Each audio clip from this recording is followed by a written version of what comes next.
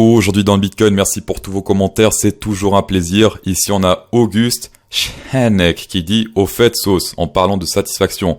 Elle est passée où ta voisine? Alors vraiment navré de vous l'annoncer, mais elle nous a quitté fin 2022. 96 ans, 96 ans, c'est triste mais c'est le cycle de la vie. Elle avait une dernière volonté que je vais réaliser durant cette vidéo. J'ai pu l'enregistrer juste avant son départ, ça vous allez le voir durant la vidéo. Pour ceux qui ne la connaissent pas, c'est celle qui se prend pour Michel Drucker. On va commencer par le Bitcoin aujourd'hui. On est en train d'évoluer dans un range horizontal. Et là, vous allez me dire, ouais, CryptoSauce, c'est pas horizontal, c'est diagonal ce qui se passe là. Alors, on verra après en 4 heures. Volume profil, la dernière zone ici a été pétée il y a quelques jours. Maintenant, il n'y a plus grand chose à la hausse. Et il y a du support à la baisse, notamment ici 23 000 plus ou moins. Et les prochaines zones de support, c'est notamment ici 0,3 sur le Fibonacci. Environ 21 219. Si on dézoome, on peut voir qu'il y a énormément de volume sous les 24 000. Donc, à partir de 24 000 jusqu'à environ 16 000.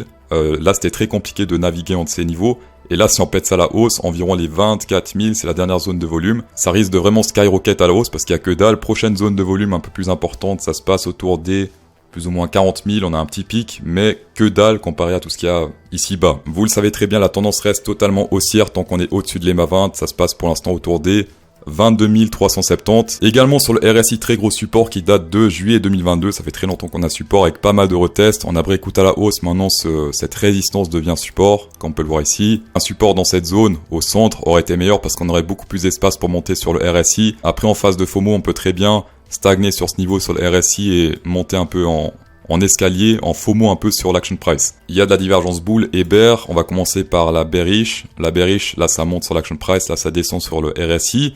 Et la bullish, ça descend sur le RSI ici en bas et ça monte sur l'action price. Il est préférable de suivre la tendance, pour l'instant c'est haussier, mais il est préférable également de prendre les divergences quand on teste une EMA. Pour l'instant on est très éloigné de cette EMA 20, donc pour moi une fois de plus c'est pas un trade à prendre tant qu'on n'est pas au moins sur cette EMA 20. Et encore l'EMA 20 c'est gentil parce que le premier support Fibonacci c'est 0,3 à 21 219. C'est exactement il me semble ce qu'on avait fait ici avant de monter toujours plus haut. Monter ligne droite, FOMO, hop, on se pète la gueule, un an c'est terminé, fait écoute. Et après, 0,3 premier support, EMA 20, 0,3 hop, on continue à monter. On va passer sur les Parallel Range sur l'Action Price, très efficace depuis très longtemps. Comme d'hab, il y a les petits échecs, mais beaucoup plus de réussite que d'échecs. Un échec, par exemple, c'est ça, où on rebondit dans une zone un peu random. Ouais, là, c'est un peu un échec aussi, on s'attendait au moins à tester le bottom. Mais sinon, regardez, là, parfait également. Joli support, pétage à la baisse, hop. Joli support, pétage à la baisse. Et pour l'instant, ce power range fait office de support. Et la prochaine target, selon ces power range, c'est au moins, en tout cas aujourd'hui, 25 291 si on teste le power range du dessus. Volume, pour l'instant, il y en a pas mal au nord, un peu moins au sud. C'est plus noir au sud qu'au nord. Il y a également pas mal de volume qui a été pris ici, à 24 000. On a shaké 2 fois. La première fois, hop, ça a été pris. Et depuis, ça fait que descendre. Pour les nouveaux, le volume a tendance à attirer le prix puisque les exchanges se font de l'argent grâce au frais trading. Donc leur but c'est que le prix aille dans les zones de volume. Les whales et les planctons pour l'instant ils sont pas très chauds. Les seuls qui sont chauds c'est les rouges. 10 000 à 100 000 on va dire que c'est pas des planctons, c'est des thons on va dire. Ouais des thons.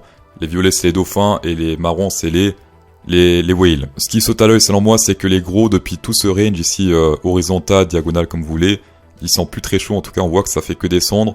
Il y a des pics mais c'est des pics un peu temporaires avant de descendre encore plus. Ça laisse à croire qu'ils attendent un prix plus bas pour entrer. Les whales, par contre, les thons, eux, on dirait qu'ils sont très chauds, mais c'est pas eux qui font le marché. C'est pas les 10 000 à 100 000 qui font le marché. Sélection naturelle sur le court terme, ça se passe plutôt au sud. Je préfère analyser le court terme avec la sélection naturelle que le long terme parce que le long terme, c'est manipulable, alors que le court terme, une fois que t'es en perte, t'es en perte. Le plus gros pic, c'est à 23 000 piles, 23 086 $ pour ceux que ça intéresse.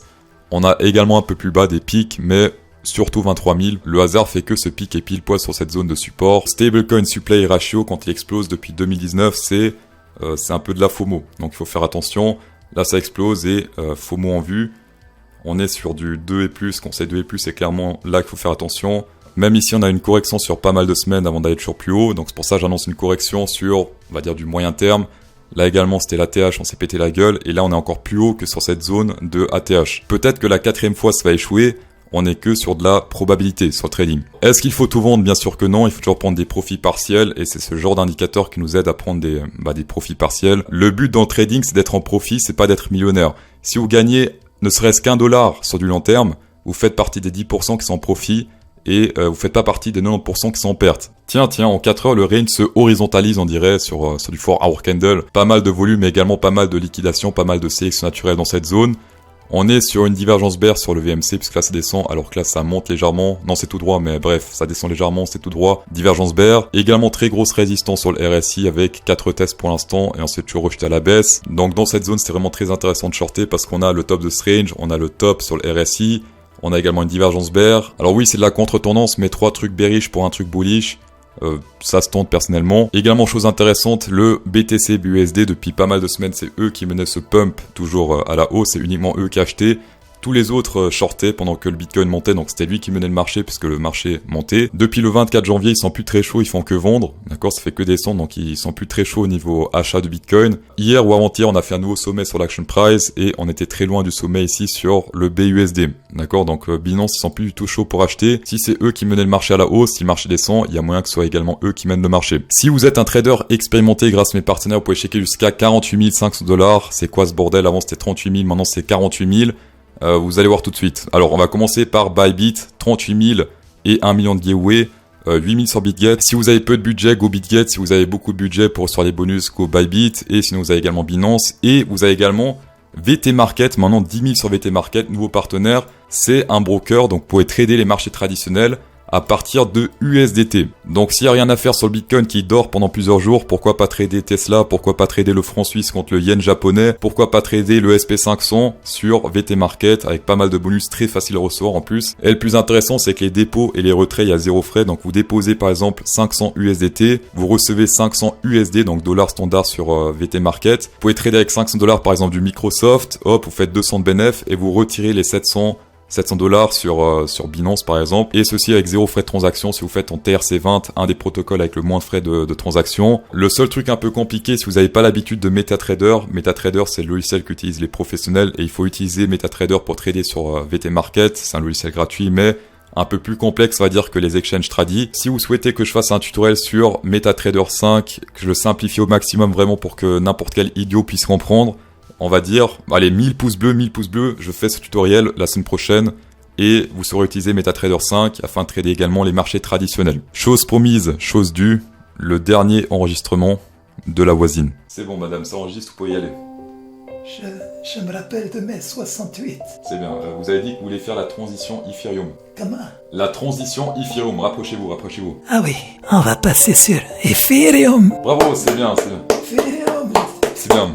Sur Ethereum hier soir, très joli fait écoute, les traders de W qui se roulent par terre. Et encore, c'est uniquement les traders de tige parce que il n'a pas été confirmé, on n'a pas clôturé en dehors de ce W. On parle tout le temps de l'EMA 20, sur Ethereum ça marche très bien, très joli support. Sur le Bitcoin on teste pas encore et à chaque fois qu'on le reteste, hop, très joli support pour acheter, aller toujours plus haut. On a tenté de quitter cette grosse zone de volume, mais les bears étaient là, c'était fort dommage parce que si on quitte cette zone de volume, que dalle à la hausse, si on dézoome, ouais, ça fait que descendre, donc ça fait que baisser, ça risque d'être de plus en plus facile de monter ici. Également sur le RSI support qui n'a pas été atteint exactement, c'était il y a 2 jours en arrière, on s'attendait au moins à retester le bottom de ce support sur le RSI, on a rebondi un peu avant, donc on transforme ça en zone. On n'a pas testé ce fameux bottom avant de rebondir, donc c'est vraiment les MA20 qui s'en est fait sur cette montée. Les pair range en non logarithmique en descendant, sur Bitcoin c'est ascendant, là c'est descendant, font leur effet également. On peut voir que cette résistance blanche fait effet de résistance, et oui, et si on clôture au-dessus de cette résistance, une petite clôture suffirait, hop, road sur le Ethereum, 17 000, non, ce serait trop bien,